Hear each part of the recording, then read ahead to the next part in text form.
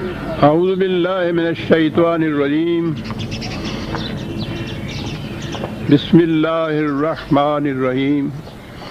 عزیزان ایمان، آج فروری 1982 کی 26 تاریخ ہے اور درس قرآن کریم کا آغاز سورہ محمد کی آیت 34 سے ہو رہا ہے، 47/3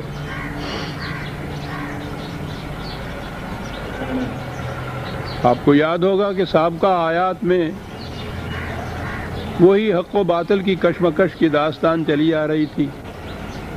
قرآن تو دنیا میں دو ہی فریق، دو ہی گروہ، دو ہی قوموں کو تسلیم کرتا ہے۔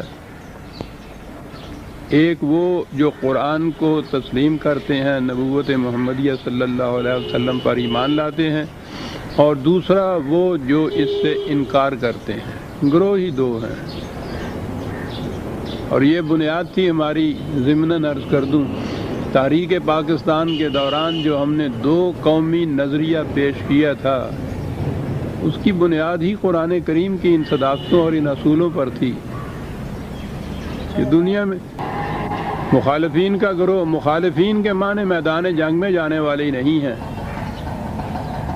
آپ کے اس نظریہ، اس عقیدہ، اس بنیاد، اس اصول، اس دین سے انکار کرنے والے، سرکشی کرنے والے، اور دوسرے اسے تسلیم کرنے والے۔ اور آپ کو یاد ہوگا، میں نے کئی درسوں میں یہ بات عرض کی کہ یہ چیز پیدائش کے اعتبار سے ہی مختص نہیں ہوتی کہ مسلمانوں کے گھر میں پیدا ہو گئے تو وہ اپنے آپ کو صاحب ایمان کہیں۔ یہ کچھ کرنا پڑتا ہے، ایمان لانا پڑتا ہے۔ قرآن کریم نے خود مسلمانوں سے یہ کہا ہے کہ تم بھی ایمان لاؤ خدا پر، اس کے رسول پر، اس کی کتاب پر۔ تو یہ ایک چیز ہے جو ہر شخص کو عملاً یہ کرنا پڑتا ہے، پھر وہ اس گروہ میں شامل ہوتا ہے۔ محض پیدائش کے اعتبار سے پیدائشاً تو کوئی بچہ بھی نہ وہ مومن ہوتا ہے نہ کافر ہوتا ہے، وہ تو انسان کی حیثیت سے پیدا ہوتا ہے، اور اسے خود اپنے بطیب خاطر برضا و رغبت، دل اور دماغ کی پوری رضامندی کے ساتھ ان دونوں راستوں میں سے ایک راستہ اختیار کرنا ہوتا ہے۔ اس لیے قرآن کریم میں آپ دیکھیے، کفرو بھی اور آمنو بھی، یہ صیغے جسے کہتے ہیں فعل کے صیغے، ورب کے صیغے ہیں۔ یہ کرنا ہوتا ہے۔ وہ جو ایمان لاتا ہے، وہ جو کفر اختیار کرتا ہے، کفر بھی اختیار کرنا ہوتا ہے، ایمان بھی اختیار کرنا یا لانا ہوتا ہے۔ آج خود یہ چیزیں نہیں ہو جاتی، تو وہ جو ایمان لاتے ہیں اور ان شرائط کے ساتھ جو قرآن کریم میں مذکور ہیں، اور اس کے برعکس دوسرا گروہ ہے جو اس سے انکار کرتے ہیں۔ انکار ہی نہیں ہے بلکہ کفر کے اندر تو سرکشی بھی آ جاتی ہے، مخالفت بھی آ جاتی ہے۔ یہ دوسرا گروہ ہے۔ تو ان دونوں گروہوں کا ذکر چلا آ رہا تھا، اور جماعت مومنین سے کہا یا ایھا الذین آمنوا اطیعوا اللہ واطیعوا الرسول ولا تبطلوا اعمالکم۔ یہاں وہ اطاعت کی بات آ گئی، اللہ اور رسول کی اطاعت کرو۔ ایسا نہ کرو گے تو تمہارے اعمال رائے گاں چلے جائیں گے۔ تو وہ جو چیز ہے نا کہ صاحب ایمان کی شرط نہیں ہے، نیک عملی اور خدا پرستی کی زندگی، وہ مولانا ابوالکلام آزاد مرحوم کے الفاظ میں جو انہوں نے برہم سماجی اسلام پیش کیا تھا کہ اپنے اپنے مذہب پر کوئی خدا پرستی، خدا کی پرستش جس طرح سے اس کا مذہب کہتا ہے اس میں کر لی، اور وہ نیک عملی، وہ جن چیزوں کو نیکی کہا جاتا تھا ان کے ہاں تو وہ پیاؤ بنا لیتے تھے، وہ گائے بھینسوں کے لیے نمک کا ایک ڈالا رکھ دیا کرتے تھے ہندو، کاڈیاں دے پاؤندے آٹا پاؤندے پھرتے سن سویر نو۔ تو وہ یہ چیز نہیں ہے کہ اپنے اپنے طور پر جیسے خدا کی پرستش کر لی، اور جسے خود کچھ نیک کام سمجھا وہ نیک کام کر لیا۔ خدا پر ایمان لانا تو ایک مثبت عمل ہے۔ حقیقت میں یہ ایک نظریے کی تبدیلی ہے، زندگی کی روش اسی بنیاد کے اوپر قائم ہوتی ہے، عمارت اس پہ اٹھتی ہے جسے ایمان کہتے ہیں آپ۔ یہ ہے جس سے ارادہ بنتا ہے، عزم ہوتا ہے، اس کے مطابق پھر قدم اٹھتا ہے۔ یعنی آپ نے گھر سے نکلنا ہے تو آپ پہلے ذہن میں طے کرتے ہیں نا مجھے کہاں جانا ہے۔ یہ جو طے کرنا ہے کہ میری زندگی کا مقصد اور منزل کون سی ہے، یہ ایمان ہے۔ یہ طے کرنا پڑتا ہے آپ کو۔ اس طے کرنے کے بعد جب آپ نے ایک منزل کو متعین کیا تو اب آپ کا ہر قدم اس منزل کی طرف اٹھے گا۔ یہ نیک عمل ہے۔ اس متعین منزل کی طرف جو خدا نے آپ کے لیے متعین کی اور آپ نے یہ فیصلہ کیا کہ مجھے اس منزل کی طرف جانا ہے، اب جو ہر قدم اس کی طرف جانے والا اٹھے گا یہ ہے جسے آپ نیکی کہیں گے، اور جو اس کے خلاف اٹھے گا وہ ہے کہ جسے آپ برائی، بدی یا شر کہیں گے۔ تو عطایت ہے اس میں ان احکام و قوانین کی جو اس منزل کی طرف لے جانے کے لیے متعین کیے گئے ہیں۔ جو یہ کرے گا تو وہ تو ہے، اور یہ جو نہ کرے گا تو یہ کئی دفعہ یہ بات آئی ہے نا جسے اعمال کا رائے گاں جانا کہتے ہیں۔ حبطت اعمالہم کہا ہے، یعنی وہ کام کر رہا ہے لیکن رائے گاں جا رہا ہے۔ آپ جو گھر سے باہر نکلے اور آپ نے طے کیا کہ مجھے انارکلی کی طرف جانا ہے، اور اس کے بعد یہاں چوراہے پہ آپ کھڑے ہوئے اور آپ کا رخ ہو گیا ادھر کی سمت کو، تو اب چل تو رہے ہیں آپ، عمل ہو رہا ہے آپ کا، لیکن ہر قدم آپ کو اپنی منزل سے دور لے جا رہا ہے۔ یہ جو ہے نا اعمال کا رائے گاں جانا، ایک تو یہ ہے کہ کچھ کرتا ہی نہیں آدمی تو ٹھیک ہے، اس کا تو سوال ہی نہیں ہے۔ ایک یہ ہے کہ وہ کام کر رہا ہے لیکن وہ کام وہ نتیجہ نہیں پیدا کرتا جس مقصد کے لیے وہ کام اس نے کیا ہے۔ اور یہ اس کی جو میں نے ابھی مثال دی کہ چل رہا ہے انسان، لیکن اگر منزل سے دوسری طرف قدم اٹھ رہا ہے، ہر قدم جو اس کا اٹھ رہا ہے منزل سے اس کو دور لے جاتا ہے۔ یہ سفر کر رہا ہے، تکان ہو رہی ہے، قدم اٹھ رہے ہیں، عمل ہو رہا ہے، رائے گاں جا رہا ہے۔ اور اگر منزل کا تعین ہی نہیں کیا تو کبھی آپ نے سوچا ہے کہ سفر اور آوارگی میں فرق کیا ہوتا ہے؟ صرف منزل کا تعین ہوتا ہے، آوارگی میں منزل کا تعین نہیں ہوتا۔ سارا دن چلتا رہتا ہے یہ آوارہ، میں سمجھتا ہوں یہ آوارہ گرد جو ہے وہ تو مسافر سے بھی زیادہ چلتا ہے، اتنے چکر کاٹتا ہے، لیکن وہ کسی منزل پہ نہیں پہنچتا، تھک جاتا ہے شام کو۔ اعمال رائے گاں جانا اسے کہتے ہیں۔ تو وہی عمل خیر ہوگا، نتیجہ خیز ہوگا، جو اس منزل کی طرف لے جائے گا جو خدا نے متعین کی، آپ نے اسے بالارادہ اختیار کیا اس منزل کو۔ یہ ہے اسلام جسے کہتے ہیں۔ آپ اپنے طور پر یہ سمجھ لینا یہ نیک کام ہے، اپنے طور پر سمجھنے کی بات نہیں۔ اس طرح سے تو ہر مذہب والا اپنے طور پر نیک کام سمجھ کے کرتا رہتا ہے۔ یہ جو متعین کی ہے انسانیت کے لیے منزل، جس طرف اس کا قدم اٹھنا چاہیے، یہ ہے جسے الدین کہتے ہیں، اور یہ قرآن کے اندر ہے۔ اور یہ وہ راستہ ہے جس پہ نقوش قدم ہے نبی اکرم صلی اللہ علیہ وسلم کے جگمگاتے ستاروں کی طرح، اس منزل کی طرف لے جانے کے لیے۔ بات تو تعین ہے، منزل کا تعین پہلی چیز ہے، اور یہ خود نہیں کرنا انسان نے۔ منزل کا تعین جو ہے یہ کیا گیا ہے، خدا نے تعین کیا ہے، انسان نے اب اس راستے کے اوپر چلنا ہے، چلے گا، منزل تک پہنچ جائے گا، اعمال نتیجہ خیز ہوں گے۔ غلط سمت کی طرف قدم اٹھائے گا یا آوارگی ہوگی، یعنی سمتی کوئی نہیں ہے جسے سیکولرزم کہتے ہیں، تو اس صورت میں اس میں بھی قدم تو اٹھیں گے، کام کیا جائے گا، تکان بھی ہوگی، اس کی وقت بھی ضائع ہوگا، اس میں سب کچھ صرف ہوگا، نتیجہ وہ نہیں نکلے گا جو منزل تک پہنچنے والے کے لیے نکلتا ہے۔ یہ ہے وَلَا تُبْطِلُوا أَعْمَالَكُمْ۔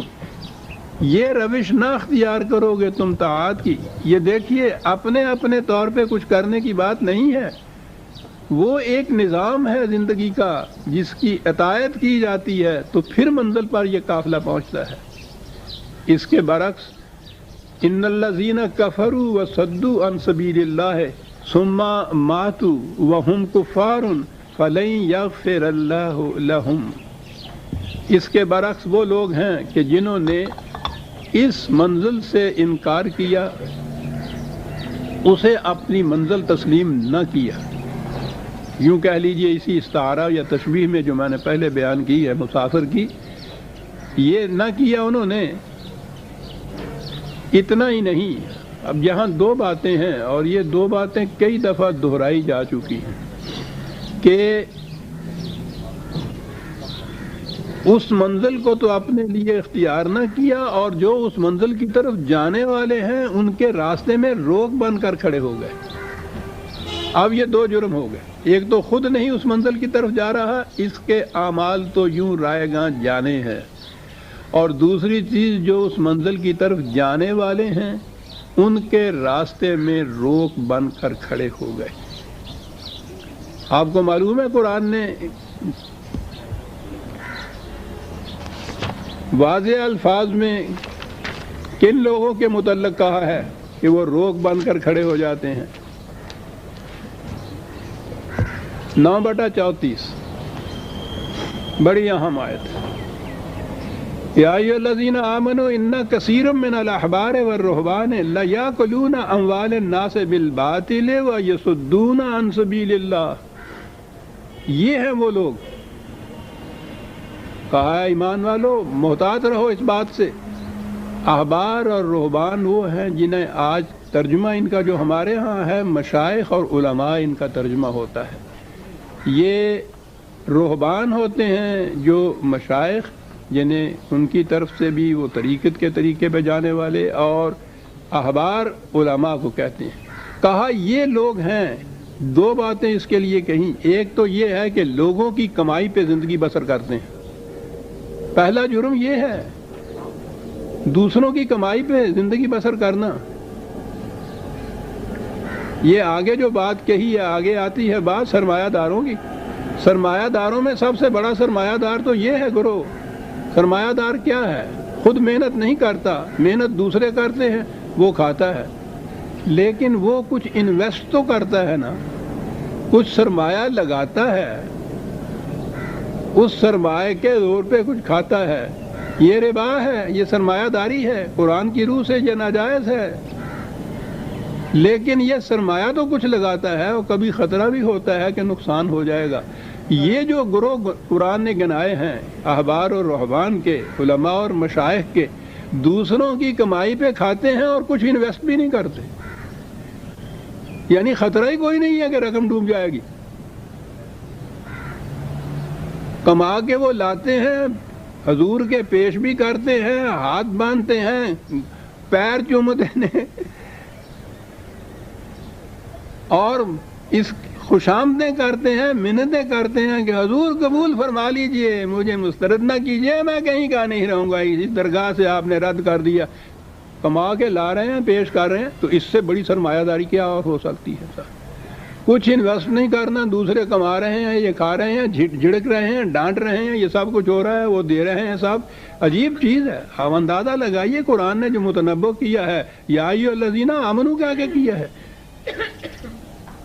اب ہمارے ہاں والے جو ہیں جن سے پوچھے کہ جی یہ یہودیوں اور نصارہ کے متعلق ہے، یعنی آپ کے متعلق کچھ نہیں ہے قرآن میں، یہ یہود کے متعلق، یہ نصارہ کے متعلق، یہ مشرکین قریش کے متعلق، یہ ہندوؤں کے متعلق، یہ عیسائیوں کے متعلق، اور تمہارے متعلق، ہمارے متعلق بخشیش کی جنت جو لکھی ہوئی ہے جناب، بس ہاں ہمارے لیے اتنا ہی ہے قرآن۔ یا ایھا الذین آمنوا، قرآن ہے عزیزان من، میرے آپ کے تخیلات کے تابع نہیں چلتا، بڑی واضح بات کرتا۔ یا ایھا الذین آمنوا، یاد رکھو، ان کثیر من الاحبار والرہبان لیاکلون اموال الناس، یہ تو یہاں تک بالبات لوگوں کا مال کھاتے ہیں باطل طریقے سے، ایک بات، اور دوسری ویصدون عن سبیل اللہ، یہ ہے چیز اصل۔ ذہنوں میں یہ ہے کہ چلیے صاحب دوسروں کی کمائی پہ ہی کھاتے صحیح، خدا کی طرف جانے والے راستے کی طرف رہنمائی تو کرتے ہیں نا۔ وہ کہا یہی تو ہیں جو اس راستے میں روک باندھ کے کھڑے ہوتے ہیں۔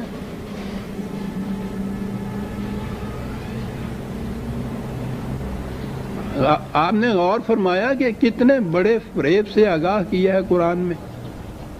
ساری دنیا یہ سمجھتی ہے کہ خدا کی طرف جانے والے راستے میں رہنمائی یہی کرتے ہیں، پیشوا ان کو کہا جاتا ہے، مذہبی پیشوائیت اس کا نام رکھا جاتا ہے۔ آگے جانے والے یعنی یہی کہ خدا کی طرف لے جانے والے راستے میں وہ کہتے ہیں، وہ قرآن کہتا ہے یصدون عن سبیل اللہ. ایک تو یہ گروہ ہے دوسروں کی کمائی کھانے والا، اور دوسرا گروہ تو بتا دیا والذین یکنزون الذهب والفضة ولا ينفقونها في سبیل اللہ فبشرهم بعذاب علیم. جو جمع کرتے رہتے ہیں اور نوع انسانی اور محتاجوں کی ضروریات پوری کرنے کے لیے کھلا نہیں رکھتے اپنی دولت کی کمائی کو، یہ دونوں گروہ جتنے ہیں ان کے متعلق کہا کہ ان کو ایک الم انگیز دردناک عذاب کا اعلان کر دو ان کے لیے.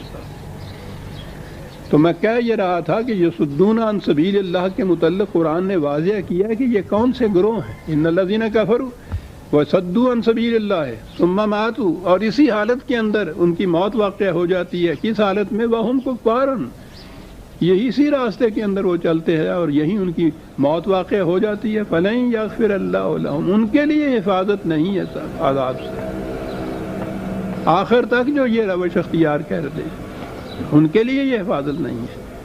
اب انہیں پھر جماعت مومنین سے کہا کہ ان کے ساتھ تمہارا مقابلہ ہے، کشمکش ہے، تصادم ہے، تزاحم ہے. اور یہ تو ہماری تاریخ بتا رہی ہے، قرآن بتا رہا ہے کہ ہجرت کے دوسرے ہی سال سے جو شروع ہوا یہ تصادم، پہلی جنگ بدر جو ہوئی ہے، آخری وقت تک فتح مکہ تک یہ تصادم جاری رہا. اور جیسا کہ تاریخوں کے اندر یہ ہے، وہ چھوٹے بڑے مار کے اور بڑی بڑی جنگیں اگر وہ سب کا شمار کیا جائے تو نبی اکرم صلی اللہ علیہ وسلم کی حیات طیبہ میں ہی 82 کے قریب یہ آ جاتے ہیں غزوات، اور یہ اس قسم کی جھڑپیں جن کو آپ کہتے ہیں. ساری زندگی اسی میں گزر گئی. کہا یہ اب ان کا مقابلہ ہوگا، اور یاد رکھو وَلَا تَهِنُوا وَتَدْعُوا إِلَى السَّلْمِ، یاد رکھو ہمت نہ ہار جانا. اور کس چیز سے روکا ہے قرآن میں؟ یہ ہے کہ اگر فریق مخالف کسی وقت بھی صلح کے لیے ہاتھ بڑھائے، خواہ تمہارا ہاتھ غالب ہی اس وقت کیوں نہ ہو، تو اس سے انکار نہ کرو. اس میں ہے کہ یہ ہو سکتا ہے تم کہو کہ صاحب یہ دھوکہ دے رہے تھے ہمیں. کہا دھوکہ دینے کے بعد تو پھر جب بات کھل جائے گی تو سمٹ لوگے، لیکن اگر یہ نیک نیتی سے ایسا کہہ رہے ہوں اور تم نے اس کو نہ مانا تو پھر اس جرم کا سزا کس کے اوپر ہوگی؟ کیا بات ہے. میدان جنگ میں یہ کیفیت ہے، آپ غالب آ رہے ہیں، فتح ہو رہی ہے، فریق مخالف صلح کے لیے ہاتھ بڑھا رہا ہے، تو اس میں یہ ہے نا امکان کہ صاحب اس وقت یہ دھوکہ دے رہا ہے، شکست سے بچنے کے لیے ایسا کہہ رہا ہے. کہا کہ تم اس مفروضے پہ نہ چلو، تم یہی سمجھو کہ نہیں یہ صلح چاہتا ہے، اس لیے ذرا کھڑے ہو کے ذرا پوچھ لو کہ کیا چاہتے ہو تم. اس لیے کہ کیا بات ہے قرآن کی عزیزان من، یہ تو انسانیت ساز پیغام ہے. یہ کہا کہ اگر یہ سچے دل سے صلح کے لیے بڑے تھے اور تم نے اس وقت پھر ان کے اوپر حملہ کر کے ہلاک کیا تو یہ تو انسانیت کی ہلاکت ہے، یہ نہ کرو، دیکھ لو کوئی بات نہیں. کہا دھوکہ دیتے ہیں تو کوئی بات نہیں ہے، جب تمہیں معلوم ہو جائے گا تو اس وقت تم دیکھو گے تم پہلے سے زیادہ زور سے حملہ کرو گے، اس کا بدلہ لے لو گے. لیکن اگر یہ نیک نیتی سے صلح کے اوپر آمادہ ہیں اور تم نے اس سے مسترد کر دیا تو یہ جرم ہو جائے گا سب. لیکن دوسری طرف یہ بھی کہا ہمت مت ہارو وَتَدْعُوا إِلَى السَّلْمِ، خود صلح کی درخواست نہ کرو ان سے، ان کی طرف سے پہل ہو صلح کی درخواست. تو اس پہ تو جو میں نے عرض کیا ہے یہ کہہ دیا کہ ایسے کرو، لیکن خود اگر صلح کی درخواست کرو گے تو یہ دشمن اس قسم کا ہے کہ ایکسپلائٹ کر جائے گا اس معاملے کو، وہ سمجھ لے گا کہ تم کمزور ہو. صلح کی درخواست کرنے سے یہ کیا کچھ کرتے ہیں، اس کے لیے تو ہمیں کل بھی نہیں آج صبح کے اخبار میں دیکھ لیجئے نا جو کچھ ہو رہا ہے. دیکھ رہے ہیں ہندو کی طرف سے کیا جواب آ رہا ہے. صبح ہی اٹھا جب میں نے اس آیت کو دیکھا کہ یہ کیا بات ہے قرآن کی صاحب ہے. ان کی طرف سے صلح کی درخواست ہو تو وہ کیفیت ہے، لیکن اپنی طرف سے یہ نہ کرو۔ یہ لوگ اس سے اس مغالطے میں آ جائیں گے یا یہ سمجھ لیں گے کہ تم کمزور ہو گئے ہو، اور کبھی اس قسم کا امپریشن کریٹ نہ کرو ان کے دلوں کے اندر۔ یہ بڑے بدکماش لوگ ہیں، فائدہ اٹھا جائیں گے تمہاری اس چیز کا۔ وَأَنْتُمُ الْأَعْلَوْنَ، تم یقین اس بات پہ رکھو کہ غالب تم نے ہی آنا ہے، آخر الامر کامیابی تمہاری ہے۔ جو نظام، جو اسلوب، جو روش ہم نے تمہارے لیے تجویز کی ہے اور تم اس پہ چلتے ہو، اس کا لازمی نتیجہ تمہاری فتح ہے، تمہارا غلبہ ہے۔ لَيُظْهِرَهُ عَلَى الدِّينِ كُلِّهِ، دنیا کے ہر نظام پر اس نے غالب آنا ہے۔ وَأَنْتُمُ الْأَعْلَوْنَ إِن كُنتُم مُؤْمِنِينَ، اگر تم اس طریقے کے اوپر رہے تو کوئی بھی تم پر غالب نہیں آ سکے گا۔ قرآن نے تو یہ کہا ہے کہ کفار ہو نہیں سکے گا کہ کفار کبھی تمہارے اوپر غالب آ جائیں۔ جی سنمان ہمارے متعلق نہیں، مومنین کے متعلق کہا ہوا ہے۔ جبھی میں نے کہا تھا نا کہ ایمان لانا پڑتا ہے، مسلمانوں کے گھر میں پیدا ہو کے اپنے آپ کو مومن سمجھ لینا، یہی تو سب سے بڑی خود فریبی ہے۔ وہ تو شرط یہ بتاتا ہے مومن کی کہ دنیا کی کوئی جماعت اس پہ غالب نہیں آ سکے گی سر، اور ایک ہم ہیں جو اپنے آپ کو مومن تو سمجھتے ہیں، دنیا کی ہر جماعت ہم پہ غالب آ جاتی ہے۔ تو آپ دیکھا کہ یہ جو غلط فہمی ہم نے یا اپنے اندر ایک مغالطہ افرینی پیدا کر رکھی ہے کہ مسلمانوں کے گھر میں پیدا ہو جانے سے، مسلمان کی قوم بن جانے سے مومن بن جاتے ہیں ہم، یہ غلط ہے۔ پہلی شرط یہ ہے کہ اس کے اوپر کوئی غالب نہیں آ سکتا۔ وَأَنْتُمُ الْأَعْلَوْنَ، اور اس لیے کہ وَاللَّهُ مَعَكُمْ، بڑی بات، خدا کی نصرت تمہارے شامل حال ہے۔ جس طریق پہ تم چلتے ہو خدا کا تجویز کردہ ہے، وہ تمہیں منزل پہ پہنچائے گا۔ خدا تمہارے ساتھ ہے، بڑی چیز ہے سر۔ آپ کو یاد ہے جو میں وہ دہرایا کرتا ہوں، وہ ایران کی فتح کے وقت گورنر جو آیا تھا حضرت عمر رضی اللہ تعالیٰ عنہ کے دربار میں گرفتار ہو کر، زبان بڑا اہم واقعہ ہے وہ تاریخ کا۔ تو آپ نے یہ کہا تھا اس سے کہ تمہارے متعلق فیصلہ تو بعد میں کریں گے، ایک میری بات کا جواب پہلے دو۔ تم ایرانی تھے، یہ عرب تھے ہم لوگ، تمہاری کیفیت یہ تھی کہ ہمارے ساتھ تم جنگ کرنا بھی اپنے لیے باعث ننگ سمجھتے تھے، باعث ذلت سمجھتے تھے۔ اتنی حقارت تھی تمہارے دل میں ہمارے متعلق کہ دوستی تو ایک طرف رہی ہمارے ساتھ، تم جنگ بھی نہیں پسند کرتے تھے، کتنے ذلیل سمجھتے تھے۔ اور اگر کبھی اکا دکا ادھر ادھر جھڑپ ہو جاتی تھی تو تم یوں ہی جھپٹ لیا کرتے تھے ہمیں، کہا کہ وہی ہم ہیں، وہی تم ہو۔ اب کیفیت تمہاری یہ ہے کہ سارا ملک ہم نے تمہارا فتح کیا ہوا ہے، تم پا بجولا میرے سامنے کھڑے ہو، تمہارا شہنشاہ جو ہے وہ اپنی جان بچانے کے لیے پنچکیوں میں پناہ لے رہا ہے۔ کہا یہ کوئی صدیوں کی بات نہیں ہے، انہی دنوں کی بات ہے۔ کہا میں یہ پوچھنا کیا چاہتا ہوں کہ یہ اتنی بڑی تبدیلی، ایسا انقلاب کیسے آ گیا؟ عزیزان من سوچئے، وہ لوگ وہ جانتے تھے اسلام کیا ہے اور خدا کا ساتھ ہونا کیا کہتے ہیں، ہم کیا سمجھ سکتے ہیں؟ اس نے کہا کہ عمر بات تو بڑی صاف ہے، پہلے جب جنگ ہوتی تھی ایران کی اور عرب کی، ایک طرف ہم ایرانی ہوتے تھے، دوسری طرف تم عرب ہوتے تھے، اکیلے ہوتے تھے، اس طرح سے دو قوموں میں جنگ تھی۔ کہنے لگے اب جو جنگ ہوتی ہے، ایک طرف تو ہم ایرانی اکیلے ہوتے ہیں، دوسری طرف عرب اور ان کے ساتھ ان کا خدا ہوتا ہے، ہم کیا دنیا کی کوئی طاقت بھی تم پہ غالب نہیں آ سکتی۔ وہ جانتا تھا، یہ فکرہ اس کا، کہ اب عرب تنہا نہیں ہمارے سامنے آتے، ہم تو تنہا ہی ہوتے ہیں، اور عربوں کے ساتھ ان کا خدا ہوتا ہے۔ تو ایران ہی نہیں، دنیا کی کوئی طاقت بھی اب تمہارا مقابلہ نہیں کر سکے گی۔ وہ جانتے تھے اس چیز کو۔ کہ خدا کا ساتھ ہونا کیا معنی رکھتا ہے؟ ہمیں کیا معلوم ہے عزیزان من؟ ہم تو یہ جانتے ہیں ہوا معکم انا ما کنتم، قرآن نے یہ بھی تو کہہ دیا کہ تم جہاں ہو خدا تمہارے ساتھ ہوگا، ٹھیک ہے وہ ہے ہی ہمارے ساتھ۔ کہاں وہ ساتھ ہونا جو اس نے بتایا تھا، کہاں ہم اپنے ذہن میں جو اپنے آپ کو مغالطہ دے رہے ہیں۔ واللہ معکم یہاں کا انتم الاعلون واللہ معکم، تم ہی غالب آؤ گے، کیوں؟ اس لیے کہ خدا تمہارے ساتھ ہے۔ تو خدا تو اس نے کہا ہے میں ہر جگہ ہوتا ہوں، پھر خاص طور پہ ان کے ساتھ کیسے ہوا؟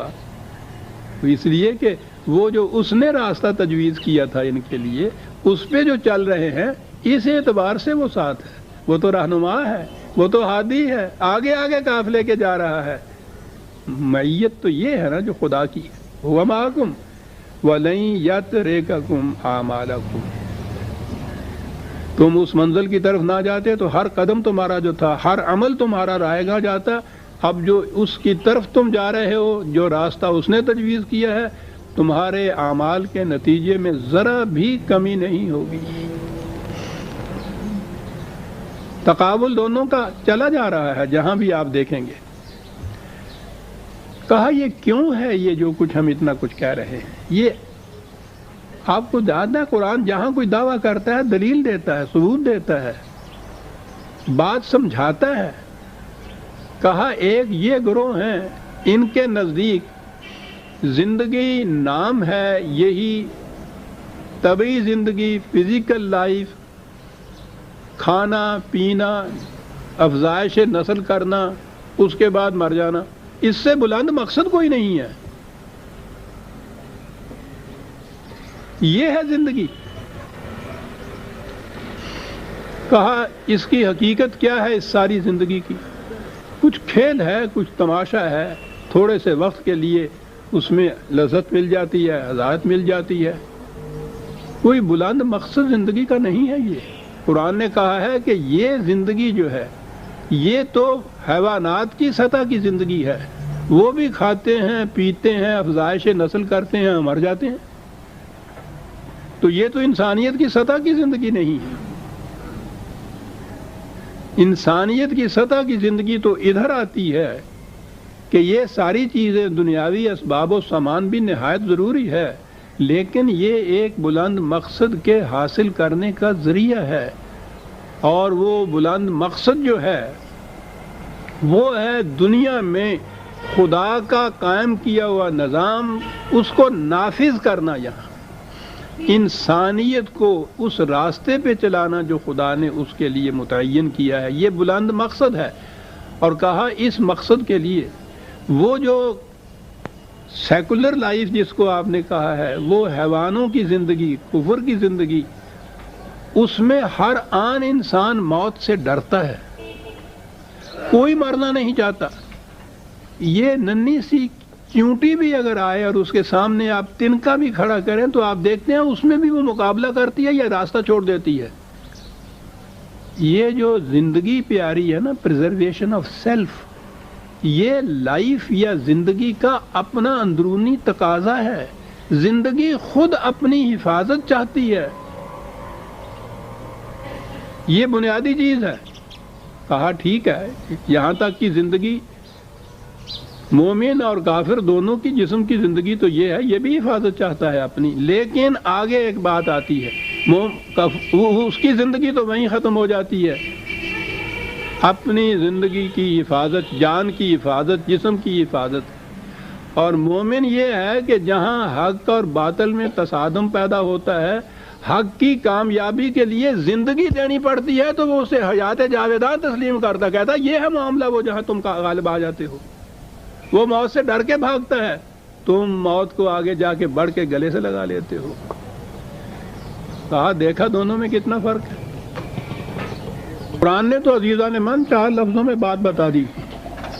یہ جو تھی قابل رش کامیابیاں، تاریخ جن کی مثال پیش نہیں کرتی، اس نے کہا 2 ہی باتیں تھیں۔ میدان جنگ میں جانے والا سپاہی،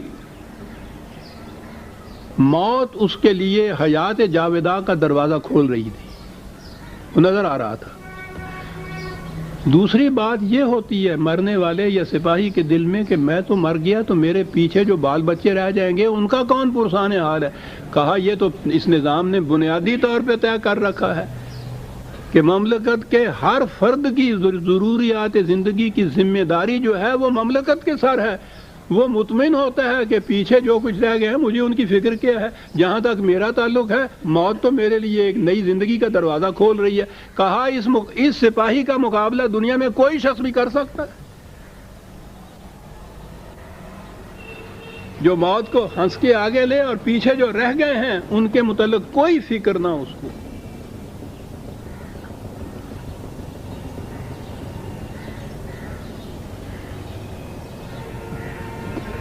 انما الحیات الدنیا لعب ولا. کہا ان کے لیے تو زندگی یہی زندگی جو ہے طبعی زندگی فزیکل لائف حیوانی زندگی کھانے پینے کی یہی زندگی مقصود بالذات ہے. اور جب اس کا مقابلہ کیا جائے حیات جاویداں کے مقابلے میں تو یہ زندگی تو کھیل تماشے سے زیادہ کچھ حیثیت ہی کچھ نہیں رکھتی.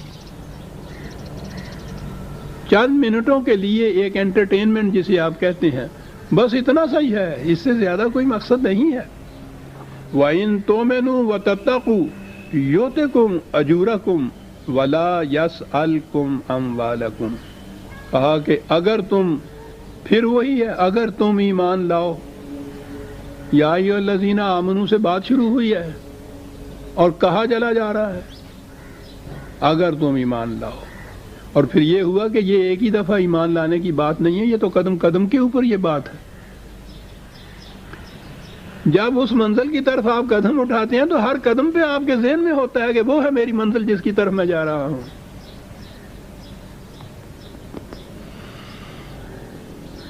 وَتَتَّقُوا اور نگہداشت رکھو قوانین خداوندی کی. وہ جو راستے چلتے ہوئے مائل سٹونز آتے ہیں نا سنگ میل جو بتاتے ہیں یہ راستہ کدھر جاتا ہے کتنا طے تم نے کر لیا کتنا باقی رہ گیا وہ وہاں لکھا ہوا ہوتا ہے کہ یہی سڑک جا رہی ہے سیدھی جدھر تم نے جانا ہے ملتان کی طرف. کہا ہم نے راستے میں یہ سنگ میل لگا دیے ہوئے ہیں چلتے جاؤ تو ان کو پڑھتے بھی جاؤ دیکھتے چلے جاؤ کہیں قدم غلط سمت کی طرف تو نہیں اٹھ گیا. یہ ہے وہ ابدی رہنمائی جسے قرآن کہتا ہے جو راستے میں یہ نشانات راہ اس نے لگا دیے ہیں. نشانات راہ لگا دیے اور ان کی حفاظت کا ذمہ خود لے لیا یعنی قرآن کی حفاظت کا ذمہ تاکہ مسافر کہیں بھی غلط فہمی میں مبتلا نہ ہو جائے کہ میں صحیح راستے پہ جا رہا ہوں درا حال ہے کہ وہ غلط راہ پہ چل رہا ہو. غلط راہ پہ چلے گا 4 قدم چلے گا تو اس کو نشان راہ نظر آ جائے گا وہاں لکھا ہوا ہوگا کہ غلط راستے پہ تمہارا قدم اٹھ گیا. اسے کہتے ہیں توبہ. وہاں سے وہ کیا کرے گا واپس لوٹے گا. یہ واپس لوٹنا جو ہے یہ خود ایک عمل ہے اسے کہتے ہیں توبہ. یا اللہ میری توبہ یا اللہ میری توبہ نہیں وہاں سے واپس لوٹنا اس جگہ آنا جہاں سے قدم غلط سمت کی طرف اٹھ گیا تھا. تابہ ہوا یہ واپس وہاں آ جانا. تو وہاں آ کے کھڑا ہو گیا تو پھر چلا پہنچ جائے گا منزل پہ. نہیں یہاں کیا کرنا ہوگا یہاں سے پھر چلنا ہوگا نا. تابہ واصلہ واپس لوٹا اس چوراہے پہ جہاں سے غلط قدم اٹھا تھا اور پھر وہ صحیح راستے کے اوپر قدم اٹھا کے چلا آگے. تابہ واصلہ سارے قرآن میں یہ دونوں چیزیں. کیا بات ہے اس توبہ کی. اور اسی لیے کہا کہ جب ایسا وقت باقی نہ رہے جہاں تم پھر چل سکو صحیح راستے پہ تو توبہ کچھ معنی نہیں رکھتی. وہ تو صحیح سمت کی طرف جانے کے لیے واپس آنا تھا جناب. تتق یؤتکم اجورکم تمہاری محنتوں کا محصل ملتا جائے گا. بڑی چیز ہے محنت کا ضائع نہ ہونا. لیکن یہاں تو جو ملتا ہے محنت کا محصل ملتا ہے بیٹھے رہنے سے تو نہیں ملتا کچھ بھی. وَلَا يَسْأَلْكُمْ أَمْوَالَكُمْ اور یاد رکھو یہ جو نظام خداوندی قائم کیا جا رہا ہے نبی اکرم صلی اللہ علیہ وسلم ایک خدا کی حکومت قائم کر رہے ہیں. اس کے نظام کے مملکت کے ابتدائی دور میں ضرورت ہوگی اخراجات کی ابھی اس کی آمدنی تو اتنی آئی ہوگی نہیں، تو ان سے ہی لینا ہوگا۔ کہا یہ ٹھیک ہے، اس وقت ایسا نظر آتا ہے جیسا یہ نظام، یہ مملکت تم سے کچھ مانگ رہا ہے، تم سے لے رہا ہے۔ یاد رکھو قرآن نے جو کہا ہے نا کہ یہ قرضہ ہے جو ہم تم سے لے رہے ہیں، اور قرض حسنہ ہے، نہایت خوبصورتی سے ادا کر دیا جائے گا تمہیں۔ یہ جو انسانوں کو ہم قرضہ دیتے ہیں ان سے تو ایک پیسہ بھی جو اس سے زائد لینا ہے، جو جتنا دیا ہے اصل زر سے زائد کسی شکل میں بھی ہو، عزیزان من، یہ ربا ہے، یاد رکھیے گا۔ ہاں اس کے نام آپ جتنا جی چاہے الگ رکھ لیں، یہاں وہ تو جو اصل زر سے ایک پائی بھی زیادہ لینی ہے کسی انسان سے، وہ تو اتنا بڑا جرم۔ اور آپ نے متعلق کہا کہ اگرچہ یہ قرض جو ہم لیتے ہیں قرض حسنہ لیتے ہیں، یعنی وہ ذہن میں یہ نہ رکھو ربا والی بات، لیکن ہم جو واپس دیں گے تو 700 گنا واپس دیں گے تمہیں جناب۔ یہ ربا اور سود نہیں ہے، یہ تو کہا یہ زیادتی جو مل رہی ہے نا، یہ کسان جو ایک دانہ بوتا ہے اس میں سے 700 دانے ملتے ہیں نا اس کو، اسے تو سود نہیں کہتے نا، یہ تو ربا نہیں ہے نا، کیونکہ وہ محنت کر کے ایک دانے سے 100 دانے لیتا ہے۔ تو اس لیے ہم جو تم سے قرضہ لیتے ہیں اس قرضے کو اتنا زیادہ لوٹا کے دیں گے۔ بات صاف ہے، کوئی نظام کوئی مملکت جب آپ اسے قائم کرنے لگیں گے تو اس پہ خرچ ہی خرچ ہوگا۔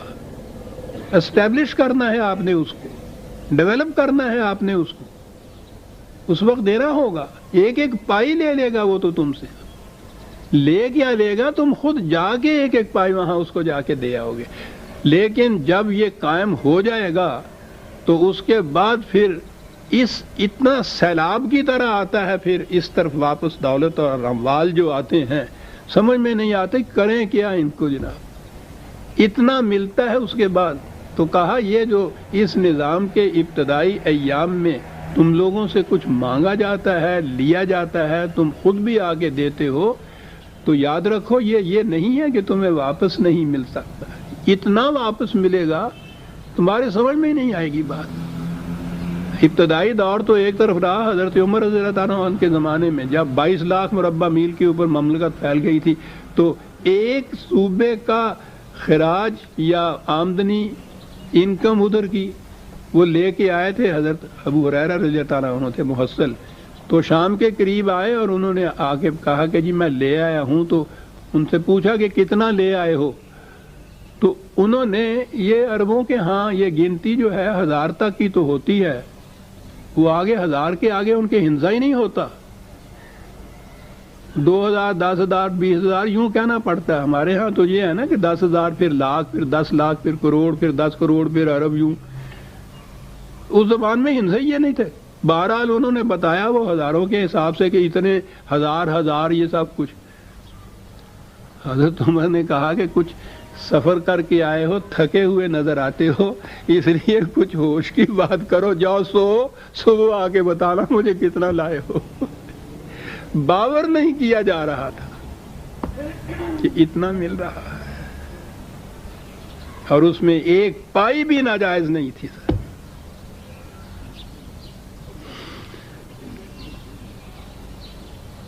کہا اگر یہ اپنے لیے مانگے، ان یسألکموہا فیحفکم تبخلوا ویخرج اضغانکم، ٹھیک ہے اپنی ذات کے لیے اگر تم سے یہ مانگے ٹھیک ہے، پھر تم بخل کرو نہ دو، یوں سمجھو جیسے یہ بیکاری فقیر ہوتے ہیں نا، عجیب لفظ قرآن نے رکھا ہے، پیچھے پیچھے پھرنے والے، اور کیسے ننگے پاؤں پیچھے پیچھے پھرنے والا۔ کہنے کہ یہ صورت نہیں ہے کہ یہ بیکاریوں کی تمہارے پیچھے پیچھے ننگے پاؤں پھرے گا اور اس طرح سے تم بخل کرو گے، دو گے نہیں، یہ مانگتا چلا جائے گا۔ وہ جو یہ کیکنوں کی لڑکیاں ہوتی ہیں، دے دادا کرتی ہیں، کہنے لگے یہ صورت نہیں ہے اس نظام کی، یہ سمجھ لو اپنے لیے کچھ نہیں مانگتا، ایک پائی نہیں مانگتا اپنے لیے، یہ تو ہے، یہ جو مانگ رہا ہے اس سے تو اتنی بڑی ریٹرن تمہیں ملے گی، تو اس واسطے یہ ذہن میں نہ رکھو۔ اور آگے آئی وہ سورہ محمد کی آخری آیت ہے عزیزان من، بڑی اہم چیز، آپ نے دیکھا ہوگا، اب تو ہم دوسری مرتبہ بھی قرآن کریم کی 26ویں پارے پہ آئے ہوئے ہیں، تو یہ تو سینکڑوں مرتبہ یہ چیزیں آ گئی۔ قوموں کی موت اور حیات کے قوانین قرآن نے دیے ہیں۔ قومیں کون سی قومیں ہیں، وہ کیوں تباہ ہوتی ہیں، کون سی ہیں، ان کو عروج کیوں ملتا ہے۔ عروج و زوال کہہ لیجئے یا موت و حیات کہہ لیجئے، اسی کو استبدال و استخلاف کی اصطلاح ہے۔ یہ اصطلاح کیا ہے؟ استبدال کے معنی ہے ایک قوم کی جگہ دوسری قوم، استخلاف کے معنی ہے ایک کی جانشین دوسری قوم۔ قوموں کی ہلاکت جسے کہا جاتا ہے، ایک تو یہ چیز میں ہے کہ، اور وہ شاید کوئی چھوٹا سا قبیلہ کہیں ہو، کوئی اتنی بڑی آفت آ جائے کہ وہ سارے کا سارا ہی کہیں غرق ہو جائے، تباہ ہو جائے، اس کی صرف داستان قرآن کہتا باقی رہ جائے، ایسی صورت بھی تاریخ میں آئی۔ لیکن بیشتر صورت جو قوم کی تباہی کی ہوتی ہے، استبدال ہوتا ہے، دوسری قوم آ جاتی ہے اس کی جگہ، وہ اس کو آگے فتح کرتی ہے، اس کو اپنا غلام بنا لیتی ہے، اس کو محکوم بنا لیتی ہے۔ وہ قوم ہوتی ہے لیکن قومیت کی سطح پہ نہیں رہتی، مملوک ہو جاتی ہے، محکوم ہو جاتی ہے، اسے بھی قوم کی تباہی کہتے ہیں۔ یہ ہے استبدال، ایک قوم کی جگہ دوسری قوم کا آ جانا۔ پہلی قوم صفحہ ہستی سے مٹ نہیں جاتی، دوسری قوم غالب آ جاتی ہے اور ان کو اپنا مملوک اور محکوم بنا لیتی ہے۔ یہ ایک چیز ہے جو قرآن نے متعدد مقامات پہ کہی ہے کہ تبدیل کر دی جائے گی یہ قوم۔ اور سنیے عزیزان من، یہ جو جماعت مومنین کا ذکر ہو رہا ہے، ان کے متعلق کیا کہا جا رہا ہے؟ ہاں انتم ہؤلاء تدعون لتنفقوا فی سبیل اللہ، کہا کہ اس نظام کے ابتدائی ایام میں تم سے کہا جا رہا ہے کہ یہ جو خدا کی طرف جانے والا راستہ ہے، یہ نظام ہے، یہ صحیح مملکت ہے، اس کے اسٹیبلش کرنے کے لیے تمہیں مالی ایثار کرنا ہوگا۔ فَمِنْكُمْ مَنْ يَبْخِلُ، تو تم میں کچھ وہ لوگ بھی جو ہیں وہ جو اس میں بخل برتتے ہیں، بطیب خاطر آگے بڑھ کے دل کی کشاد سے نہیں دیتے، بخل برتتے ہیں۔ بخلا کے معنی ہوتا ہے اپنی ذات کے لیے کچھ رکھ لینا، انفاق کے معنی ہوتا ہے دوسروں کی بہبود کے لیے کھلا رکھ دینا۔ تو ان کی یہ کیفیت ہے، کیا بات ہے۔ کہا وَمَن يَبْخَلْ فَإِنَّمَا يَبْخِلُ عَن نَفْسِهِ، جو اس مقام پر جو ایک ملی اور قومی اور اجتماعی ضرورت ہے اس میں نہیں دیتا اور بخل کرتا ہے، کہا وہ کسی دوسرے کے خلاف بخل نہیں کر رہا، وہ اپنی ذات کے خلاف بخل کر رہا ہے۔ قوم کو اگر شکست ہو گئی ایسے موقع کے اوپر، نہ کہہ رہا منزلت باشد نہ میرا، یہ بھی اسی میں آ جائے گا جو اتنا کچھ سنبھال کے اپنی ذات کے لیے رکھتا ہے۔ ایسے وقت میں اجتماعی اور قومی اور ملی اور یوں قرآن کی روح سے دینی تقاضے کے اوپر اپنی ذات کو ترجیح دے دینا جو ہے، اپنے لیے تباہی خریدنا ہے۔ کہا یہ اپنے آپ سے بخل کرتا ہے جو ایسا کرتا ہے، اور آگے ہے اپنے آپ سے سمجھ یہ رہا ہے کہ خدا مانگ رہا ہے، واللہ الغنی وانتم الفقراء، یہ نہ سمجھو کہ خدا معاذ اللہ محتاج ہو گیا تم سے وہ پیسے مانگ رہا ہے، وہ تو غنی علی العالمین ہے، محتاج تو تم ہو اس کے، یہ سارا کچھ تمہارے لیے وہ کر رہا ہے، کہہ رہا ہے جو کچھ، اس نے اس میں سے کچھ نہیں لینا۔ اور آگے ہے وہ بات جو ہمارے ساتھ بیتی، وَإِن تَتَوَلَّوْا، اگر تم اس سے روگردانی کرو گے، اس نظام سے پھر جاؤ گے، یستبدل قوما غیرکم، تمہاری جگہ دوسری قوم آ جائے گی، یاد رکھو۔ اور وہ کیسی قوم آئے گی؟ ثم لا یکونوا امثالکم، پھر وہ تمہارے جیسی نہیں ہوگی۔ تو عزیزان من، یہ بات جو میں نے کہی ہے، یہ نہیں کہ وہ قوم صفحہ ہستی سے مٹ جاتی ہے، اس کا فرد باقی کوئی نہیں رہتا، وہ تو زندہ رہتی ہے، لیکن وہ زندگی اس کی جہنم کی زندگی ہوتی ہے، نہ زندہ ہوتی ہے نہ موت اس کو آتی ہے، اس قوم کو محکوم ہو جاتی ہے، مملوک ہو جاتی ہے، مفتوح ہو جاتی ہے، ذلیل ہو جاتی ہے، انسانیت کے درجے سے گر جاتی ہے۔ یستبدل قوما غیرکم، تمہاری جگہ دوسری قوم آ جائے گی، یاد رکھو۔ ثم لا یکونوا امثالکم، پھر وہ تمہارے جیسی قوم نہیں ہوگی۔ استبدال قومی کے لیے قرآن نے عزیزان من دو جگہ، ویسے تو متعدد مقام پہ یہ بات کہی ہے، لیکن دو جگہ اس نے، ایک تو یہاں کہا ہے کہ جب انفاق کی ضرورت ہو، یعنی مالی قربانی کی ضرورت جب ہو، تو اس وقت یہ چیز اگر بخل برتا جائے گا تو وہ یاد رکھیے وہ قوم، دوسری قوم آ جائے گی اس کی جگہ لینے کے لیے، اور یہ قوم مغلوب و مفتوب ہو جائے گی۔ دوسرے مقام پہ ہے 9/39 الا تنفروا يعذبكم عذابا علیلا، یہ جہاد کے لیے نکلنے کے لیے، میدان جنگ میں جانے کے لیے ہے۔ یہ مالی قربانی تھی، وہ جانی قربانی آ گئی۔ کہا اگر ایسے وقت میں تم نہ نکلو گے حق کی حمایت کے لیے، جان دینے کے لیے، تو اس کا نتیجہ بھی ایک علم انگیز عذاب ہوگا۔ محکومیت کا عذاب اس سے زیادہ علم انگیز اور کیا ہو سکتا ہے عزیزان مان، بشرطے کہ انسانیت کا مادہ اندر ہو اور انسان تذلیل کو بھی عذاب سمجھے، اور جو پھر اس کا عادی ہو جائے وہ سوال ہی نہیں ہے، اس کو کہنا اور جدی مار لا ایک پانے۔ عذاباً علیماً، وہ کیا ہے عذاب علیم؟ یستبدل قوما غیرکم، تمہاری جگہ دوسری قوم آ جائے گی۔ اور جو کہا کہ وہ قوم، یہ بھی بتا دیا کہ جو کہا ہے نا کہ تمہارے جیسی نہیں ہوگی، یہ 9/39 تھی ریفرنس جو میں نے ابھی عرض کی۔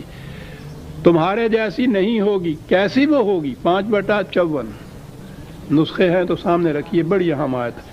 یا ایھا الذین آمنوا، اب آئی وہ بات، من یرتد منکم عن دینہ، یاد رکھو جو تم میں سے اپنے دین سے پھر جائے گا، اس نظام سے پھر جائے گا، فسوف یأتی اللہ بقوم، تو اس کی جگہ ایک دوسری قوم آ جائے گی، یاد رکھو۔ وہ جو کہا تھا نا پھر وہ تمہاری مثال تمہارے جیسی نہیں ہوگی، یہاں بتایا وہ کیسی ہوگی، یحبہم ویحبونہ۔ یاد رکھو یہ جو حب یا محبت کا لفظ یہ عربی زبان میں آتا ہے، تو ہمارے ہاں تو صرف محبت کہتے ہیں نا، خدا سے محبت کرو خدا تم سے محبت کرے گا، ایک ذہنی چیز ہے یہ۔ عربی زبان کے اندر بیشتر چیزیں کنکریٹ ہوتی ہیں، یعنی عملاً نظر آ جاتا ہے کہ یہ ہو رہا ہے یا نہیں ہو رہا۔ محبت تو ایک جذباتی چیز ہے۔ عربی زبان میں انسان کی طرف سے خدا کی محبت کے معنی اس کی اطاعت کرنا ہے، اور خدا کی محبت انسانوں کی طرف ان کی حفاظت کرنا ہے۔ قوم وہ ہوگی کہ وہ اس کی اطاعت کرے گی اور وہ ان کی حفاظت کرے گا۔ اذلۃ علی المؤمنین اعزۃ علی الکافرین، کیا بات بتائی اس قوم کی خصوصیت، دشمن کے مقابلے میں شمشیر برہنہ، اپنوں کے ساتھ ریشم کی طرح نرم۔ کیا کہا گیا ہے ایک بات کہ مساف زندگی میں سیرت فولاد پیدا کر، اور شبستان محبت میں حریر و پرنیاں ہو جا، اور گزر جا بن کے سیل تند رو کوہ بیاباں سے، گلستہ راہ میں آئے تو جوئے نغمہ خواں ہو جا۔ محمد الرسول اللہ والذین معہ اشداء علی الکفار رحماء بینہم، اگلی صورت میں یہ آیت آتی ہے عزیزان من، اذلۃ علی المؤمنین اعزۃ علی الکافرین یجاہدون فی سبیل اللہ، خدا کی طرف جانے والے راستے میں جد و جہد مسلسل۔ جہاد جو جنگ ہے وہ تو اس جد و جہد کا آخری نقطہ ہے، ہر قدم جو آپ کا اٹھ رہا ہے یہ جہد ہے، یہ کوشش ہے، یہ جہاد ہے، اس کی طرف جانے والا جہاد ہے۔ یہ مومن کی تو ساری زندگی جہاد کی ہوتی ہے سر، وہ آخری نقطہ ہوتا ہے۔ یجاہدون فی سبیل اللہ ولا یخافون لومۃ لائم، کسی ملامت کرنے والے کی ملامت سے نہیں ڈرتے پھر وہ۔ یہ خصوصیات ہوں گی اس قوم کی۔ ذالک فضل اللہ یؤتی من یشاء، یہ تو خدا کی طرف سے بہت بڑی نعمت کبریٰ ہے۔ یہ نہیں کہا کہ اسی قوم کے لیے جس کو جو اب مخاطب ہے، جو بھی چاہے گا جب بھی چاہے گا یہ کچھ اس کو مل جائے گا۔ واللہ واسع علیم، بڑی کشاد کا مالک ہے اور سب کچھ جانتا ہے وہ جو کچھ تم کرتے ہو۔ کہتا ہے یہ ہے وہ جو قوم آ جائے گی اس کی جگہ، یستبدل قوما غیرکم ثم لا یکونوا امثالکم، پھر وہ تمہارے جیسی قوم نہیں ہوگی، کوئی اور ہوگی۔ عزیزان من، یہ قرآن خدا کی ہدایت کسی خاص قوم کے ساتھ مختص نہیں ہے۔ خدا رب العالمین، اس کا رسول رحمت للعالمین، اس کا قرآن ذکر للعالمین، پوری نوع انسانی کے لیے قیامت تک کے لیے۔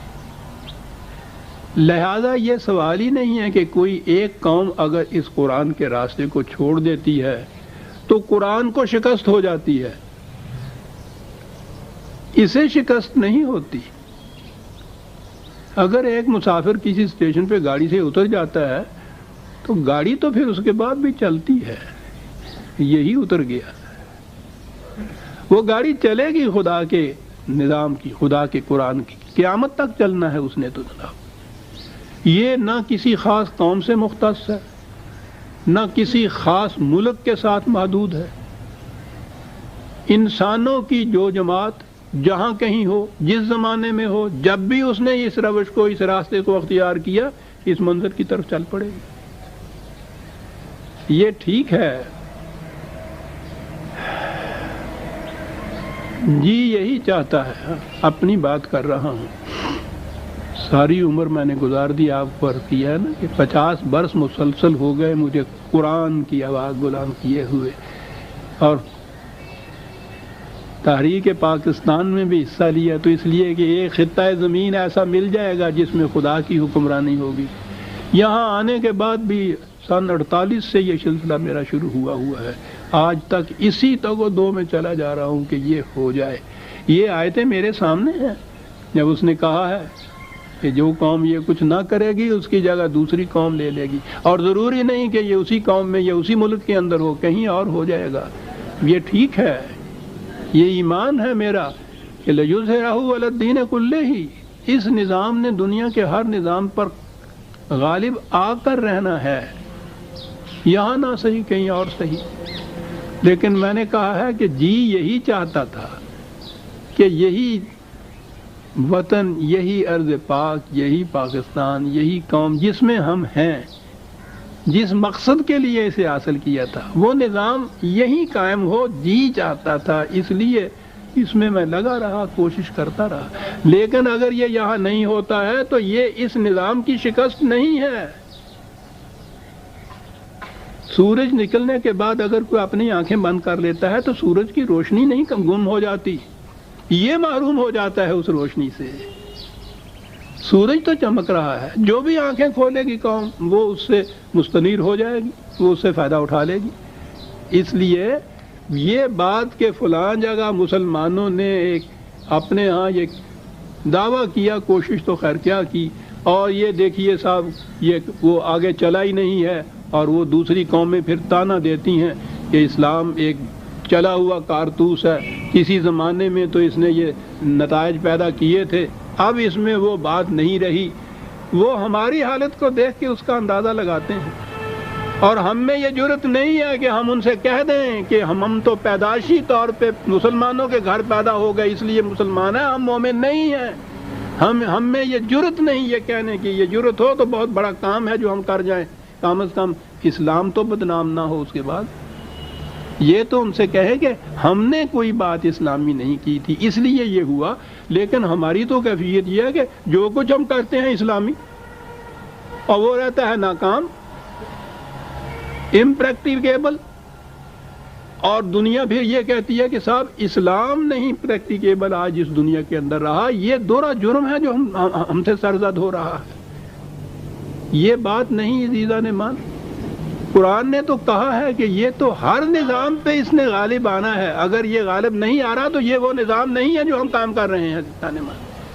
اور پھر یہ بھی نہیں ہے کہ یہ ایک دفعہ ناکام، کسی ایک مقام پہ ناکام رہ گیا تو ہر جگہ ناکام رہے گا۔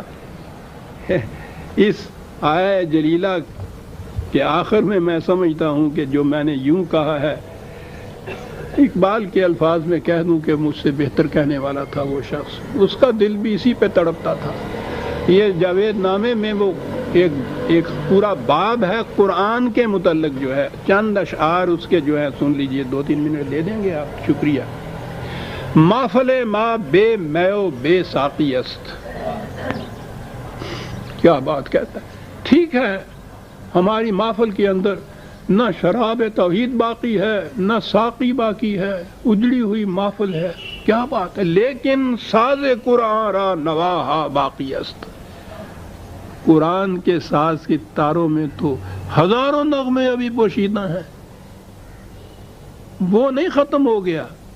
ہماری محفل ختم ہوئی، ہماری شراب ختم ہوئی، ہمارے ساقی ختم ہو گئے، اس میں تو نواہا باقی است۔ زخمہ ما بے اثر افتد اگر، یہ ستار آپ نے دیکھی ہے نا، تاریں جس میں ہوتی ہیں، جس میں بجاتے ہیں تو وہ نغمہ نکلتا ہے، وہ تار کے اندر کہتے ہیں پنہا ہو، لیکن وہ مضراب ہوتی ہے جس سے چھیڑتے ہیں تار کو تو جب نغمہ باہر آتا ہے۔ نظام بڑی حسین تشبیہ ہے۔ یہ نظام خداوندی تو زمانے کی تاریخ اور فضا کی تاروں کے اندر مضمر ہے۔ زخمہ ور کی ضرورت ہے، مضراب کی ضرورت ہے، وہ یوں کرے گا تو یہ نغمہ نکلے گا۔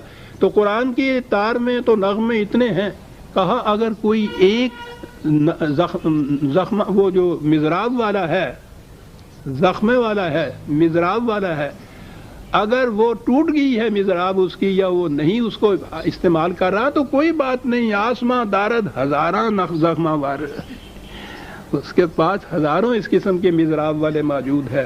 ذکر حق از امتاں آمد غنی، خدا کا ذکر قوموں کا محتاج نہیں ہے صاحب۔ از زمانوں از مکان آمد غنی، وہ کسی خاص زمانے کا بھی محتاج نہیں، کسی خاص وطن کا بھی محتاج نہیں۔ ذکر حق از ذکر ہر ذاکر جداست، وہ قدیم ہے، لا یزال ہے، ابدی طور پہ رہنے والا ہے، ذاکر کوئی رہے یا نہ رہے کوئی بات نہیں ہے، ذکر وہ محفوظ رہتا ہے۔ احتیاج روم و شام اورا کجاست، وہ اس کا بھی محتاج نہیں ہے کہ روم میں یہ آیا ہے یا شام میں آیا ہے، کہیں ہو اس کرۂ ارض کے کسی خطے کے اندر بھی ہو۔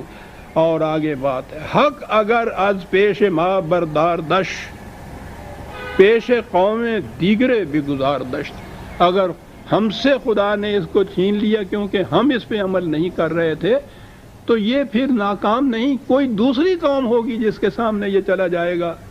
کہا کہ میں نے از مسلمان دیدم تقلید و زن، ہر زمان جانم بلرزت در بدن، کیا کہتے ہیں، میں نے اس مسلمان میں 2 باتیں دیکھی، عجیب چیزیں عزیزان من۔ یہ شخص 2 لفظوں میں ساری کہانی کہہ جاتا ہے، تقلید اور زن۔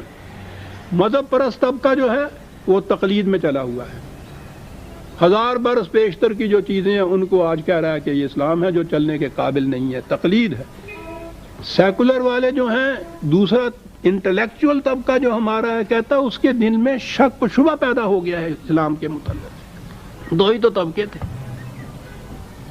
وہ تقلید میں آ رہا ہے، اس کے ذہن میں شک و شبہ پیدا ہو رہا ہے۔ ہر زمان جانم بلرزت در بدن، میں تو اس کو دیکھتا ہوں تو ہر وقت کانپتا رہتا ہوں۔ اور آخری شعر ہے، ترسم از روزے کہ محرومش کنند، آتش خود بر دل دیگر زنند، میں دھکتا ہوں اس دن سے کہ جس دن ہم سے یہ چھین لیا جائے گا اور اپنی یہ آتش سوزندہ وہ کسی اور قوم کے ساتھ رکھ دے گا اور ہم ایک بجھے ہوئے کوئلے کی طرح رہ جائیں گے۔